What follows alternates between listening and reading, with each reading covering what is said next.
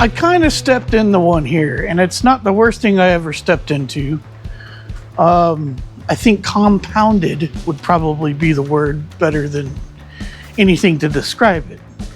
But yeah, probably didn't see a video last weekend. That's because I've been working on taking care of a lot of tedious things on the Jeep that are somewhat intuitive. I put a new water pump on it. I put new belts on it. I put new hoses on it. I still have to do the upper and lower radiator hose, and I did a thermostat. A lot of this stuff is super easy and intuitive, and so I didn't really want to bring you guys through that. But one of the things that has been a big deal is when I run the engine, it leaks like a sieve. And these Jeeps, these 4.2s especially, I guess they came factory with a plastic valve cover, and it was held in by another screw that would go on top of these head bolts. That's why they're studs like that. Well, that must have been some kind of inherent problem, because they got replaced with a aluminum one, and when they did that, they drilled out the block for those bolt holes. I'll show you that in a minute, but let me show you what I've got going on over here, because I want to show you guys how I am doing this, and I'm hoping it will be successful. But what I'm finding out is these valve covers have leaking issues. What I did yesterday is I cleaned the valve cover up. This is the aluminum replacement from the factory.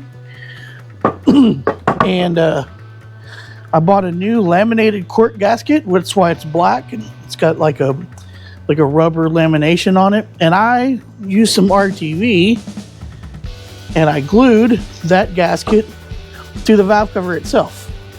I used some random bolts that fit pretty well in these bolt holes to keep everything in place, and then I took this wheel chalk and I kind of moved it around until it all set up. So it's been pretty much set up for about 24 hours or so, and well, it's ready to go back on. I need to clean it up some, and I'm going to do that in a little while. But I wanted to show you guys that first, because the problem that I ran into is these guys right here. They go in only about a 1/4 inch max, meaning that there's hardly any engagement in those threads. I'm talking about like that much of the bolt is engaging in the threads. So when I went to pull this valve cover off, they were all essentially loose. So I asked around on the Facebook groups for CJ7s, and that seems to be pretty typical. They drill a little bit in, they ran a tap, and you know, then you bolted it in there, and I guess you prayed. So I decided to spend way too much money, and here is my plan. There we go. A little bit easier to see. I went out and bought some studs. Now these are 5/16 on one side, 5/16 by 18 on one side, and 5/16 by 24 on the other. And this is the front and rear stud, which is 1/4 inch, and then one side's coarse, one side's fines. I don't remember the numbers on it. But then what I also bought, to make sure we get a good connection here, is there is that break in them.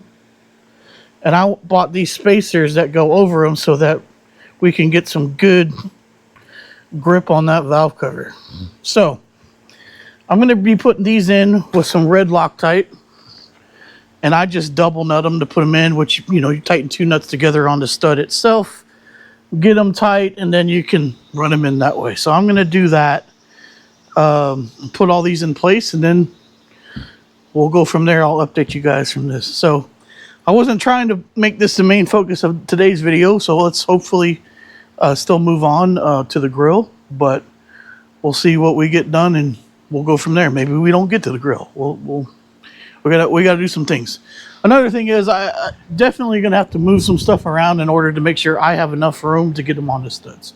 So I already pulled the heater hose off that I had here, and I may have to pull off the one on the back just to make sure we're good. So get to putting studs in. All right, this is what I'm talking about. The stud is here now, and this is how much engagement we have in the stud. You see the difference on the top? Yeah, about 1/4 of an inch. So not a lot. I probably should cut these down. I'm debating if I should do that now. Let me think about it. If I do, it might not be a bad idea. Just not the easiest thing to do and get them to all work appropriately. So, because that's a lot of stud to get over with the valve cover without having to remove everything, which hopefully you wouldn't have to do on these things, but you never know. You never know.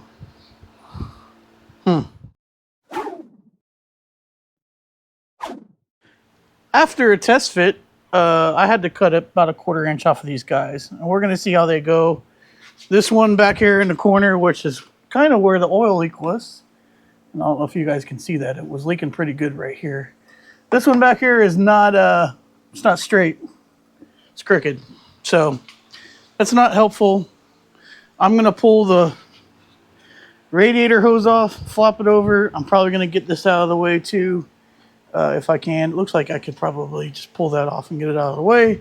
So let me do all that little tiddly stuff and install the studs and cross our fingers that all this is worth the trouble. I decided I need to show you guys at least one of the installations on these studs. So take the stud, take one of the nuts that's going to go on the top side, put it on. Take another nut, put it on top of that one. Then, these happen to be 1/2 inch bolt nuts, I should say.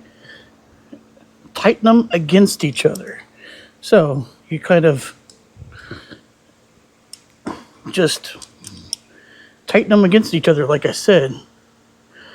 What I've been told, or this is what I've been calling it my whole life, is it's called double nutting.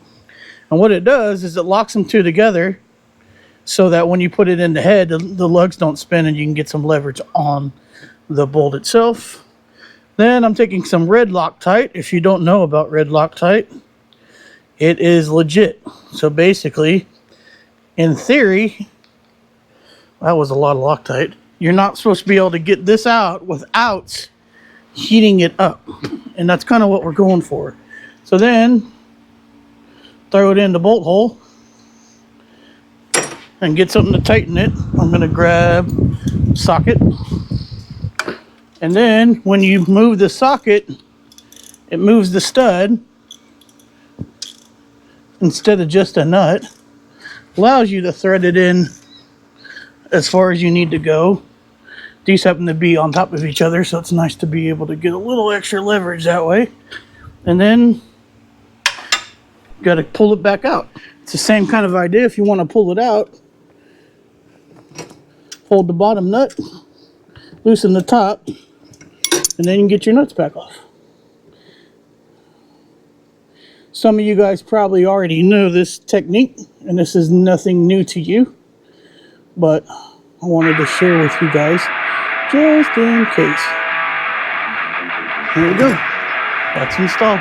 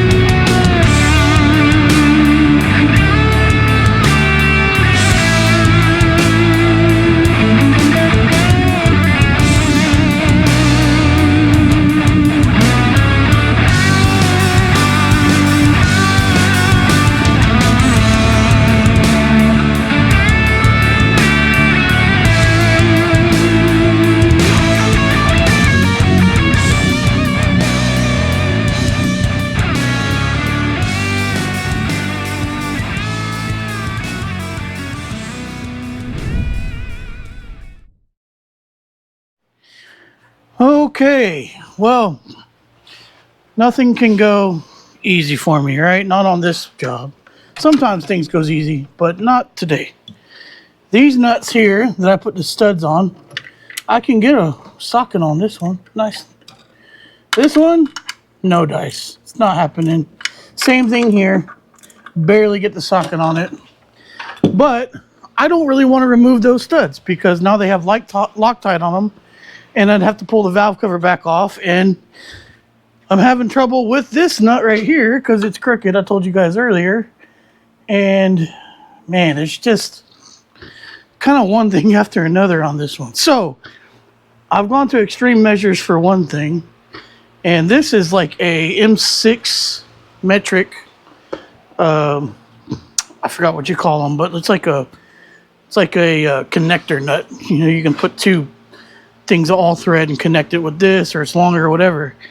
And I have successfully drilled it out and tapped it so that it'll fit on the studs. So let me show you that. There's a stud. And now I'm going to be able to use this nut, which is a much smaller diameter than the 1/2 inch 5/16 by 24 nut that I was using before, which should allow me to put these things on the studs that are already there. So I got to do at least another one. So let me do that. I got the longer ones just so it would be kind of easier to drill through. And yeah, not exactly what I wanted to do, but I think it's going to work. And then we'll solve the rest of this equation here. So, all right.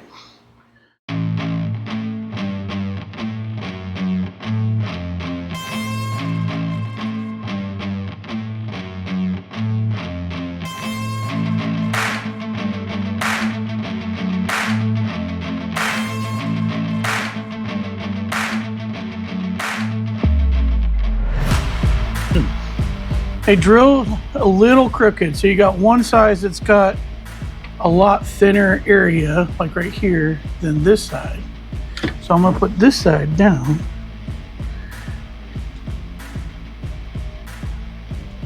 There we go.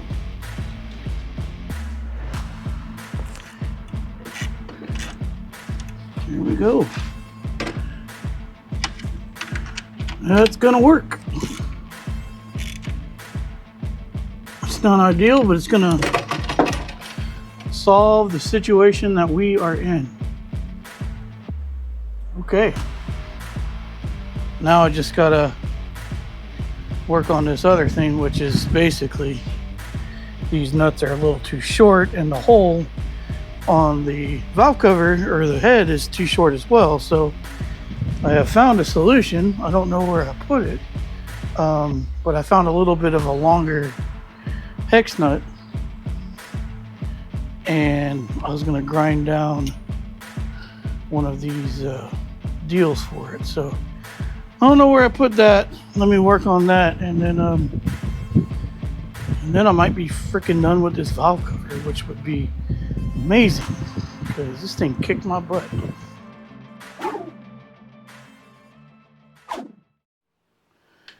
Let's get it all started. I got all the bolts in, get everything snugged up. It may still smoke from here, but I just want to make sure it's not crazy leaking, and we're not going to start it for long. Obviously, we don't have a cooling system hooked up, so.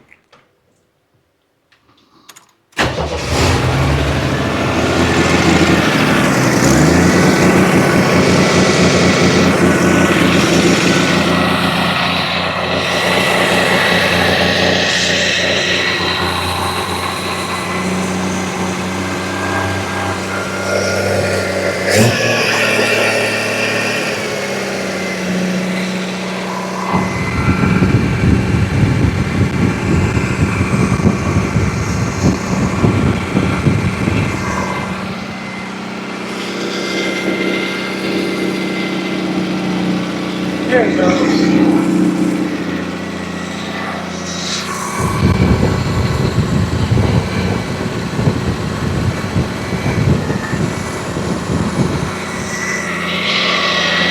That's not new.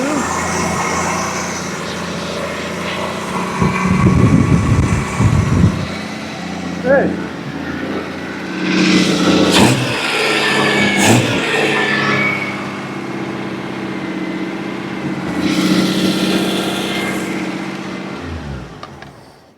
Okay. So, you guys are witnessing oil that has built up on that manifold. And for some reason, this manifold gets hot really, really quick. Now, I don't know if it's supposed to or not, but you can see all that bubbling there. I think you can. It's kind of crazy. I've got some stuff on standby because when I noticed it the other day, I was like, crap, that thing's gonna catch on fire. But I don't see any fresh oil from the valve cover, which is really, really good news. So this thing needs to be, it's amazing how fast that manifold gets so hot. I almost think the timing's messed up or something. It's got crazy throttle response too, and I don't know if that's because it's crazy advanced or what, but super hot, super fast. It's not glowing, so that's a good thing. But yeah, I think the valve cover, I think we can say it's good because I'm not seeing any new oil there. And well, that's something. I think we're on to something. So that was a pain in the literal butt, but it's done. I'm not sure what else I'm going to do. I need to get this thing pressure washed, and I'm thinking about pulling off the fenders to do so, even though it was the original agenda to not pull them off. But there's only a couple bolts holding them on each side, so I might do that. But yeah, I want to try to clean all this stuff off as possible, because before I cleaned it off as good as it is now, which you can see the metal and stuff down in there, you couldn't see that before because it was coated in oil-soaked mud that had stuck up there, and I imagine that valve cover was leaking like crazy for a long time, and when mud got up there, it just all mixed in together. How this thing didn't catch on fire, I don't know. Glad it didn't catch on fire, but there's a lot going on there, so I would really like to be able to back this thing out, which it runs good enough now I can back it out quickly, spray it all down, spray the firewall down, get all that stuff figured out, just clean it up. We're not doing anything else than that. I'm gonna have to cover up the carburetor and the distributor and all that jazz to get this thing cleaned up. And then this week I'm gonna start working on the grill, which I keep wanting to do, but I keep finding things here that need addressing before I can do that. So now that the valve cover's done, or at least I think it's done, or done good enough, we can move on to that. So what an interesting fix. Never had to drill out things before, and now they're 10 millimeters on 5/16 studs. In all honesty, this Jeep has metric and standard fasteners, so why not mix them together in a great and glorious solution, right? So there we go. Do I see any oil leaks over here? I'm not seeing anything, so that's fantastic. So I think I may have fixed the leaky valve cover mixed with mud and everything else. So yeehaw. All right, I'll see y'all. I don't know when I'll see you. We're not done with this video, but what else am I going to do next? I don't know.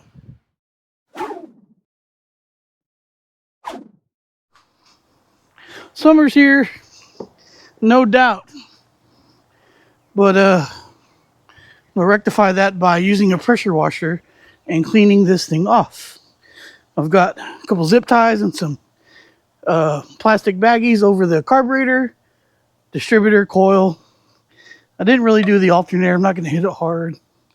But yeah, I'm going to get this engine bay cleaned up before we get it all start going back together after we paint the grill. So that's what I'm going to do for the end of this video. I'm going to get all this stuff done. I'm about to hit it again with some degreaser, and then we're going to go straight after it. So here's the before. Grody. and I'll hit you with the after when we're done. Let's get busy.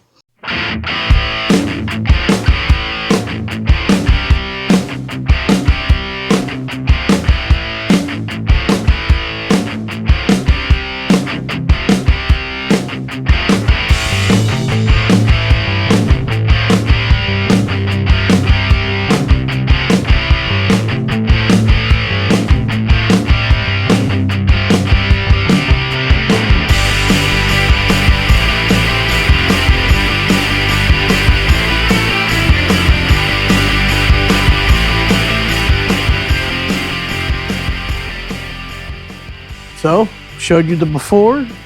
Let's show you the after. It's a lot cleaner. It's not brand new, and you know there's still some surface rust and things to that extent, but cleaned up pretty well. The exhaust manifold here still got some kind of crud on the top of it, but it's burning off slowly. I don't know why the exhaust gets so hot so fast on this thing. I put a infrared gun on it, and it showed like 300 degrees after running for 30 seconds or something to that extent on the exhaust manifold, which seems excessive to me. I even fired up the Sonoma for the same amount of time, in fact even a little longer, and the manifolds were only like 160 degrees. Now there's no coolant in the system. Does that have anything to do with it? It could. It definitely could. I don't know for sure, but I'm gonna have to keep an eye on that because I'm not sure why that would be, other than the timing. Timing could definitely cause a really hot manifold. Timing can sometimes make things glow and things to that extent. So it could be.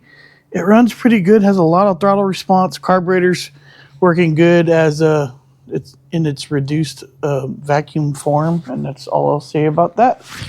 I don't know.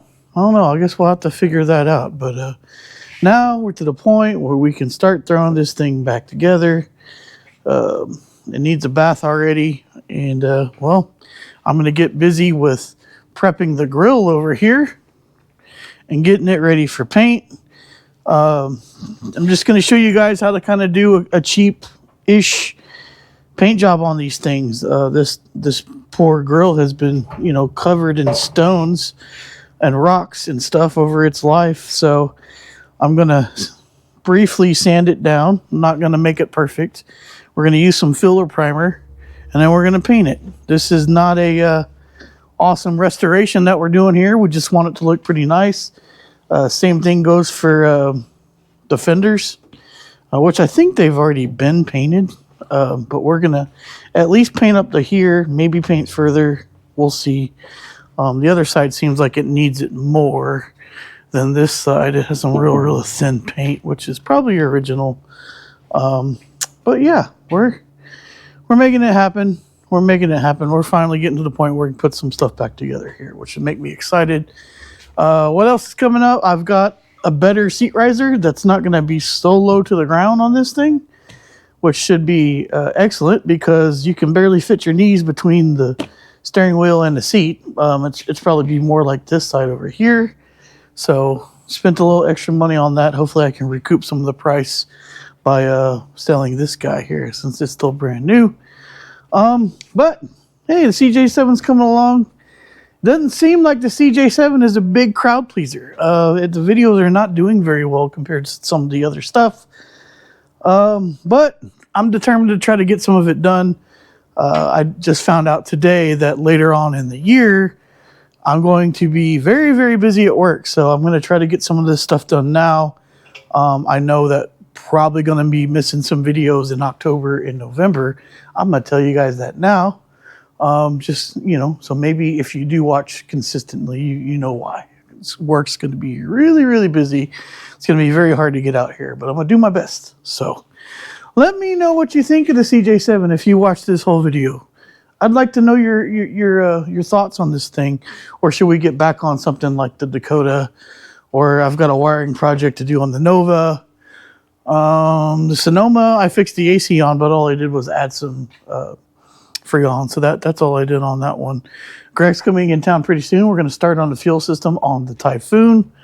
and get that going there. So we got some things coming up, and maybe we need to take a break on the CJ7, or maybe I just need to kind of work on it off camera some to get it to the point till we get it back kind of going together. So, but I will show you guys a little paint process that I learned with the spray paint that you can order online with the clear coat. I think it's going to come out pretty good, and this Jeep's going to look pretty awesome. And if I haven't showed you guys yet, I'll give you a sneak peek. Yeah, what are them? What are them? All right, well, once again, it's time to shut her down. If you're new to the channel, just like I said a minute ago, we have all kinds of stuff we're working on. And we'd love to have you come hang out with us and come along for the ride. So please consider subscribing. If you already are subscribed, again, you guys mean the world to us. Thank you guys so much for checking us out, leaving comments, staying in touch, and all that jazz. You guys are the best. We love you. You can check us out on social media at the Racer X Garage on Facebook and Instagram. And believe it or not, we do have a couple of things of shirts and whatnot. And you can check that out at racerxgarage.com. All right, I hope you guys had a fantastic 4th of July with your friends and family. If you don't live in the States, I hope you had a good weekend anyway. If you're in the eye of this or in the way of this hurricane, batten down the hatches, because well, you know, we live in Houston-ish area, so we're always on high alert of those things, and it doesn't look great for some parts of like Belize and Mexico and stuff like that. So y'all hang in there. Other than that, we'll see you next time. Until next time, y'all be good.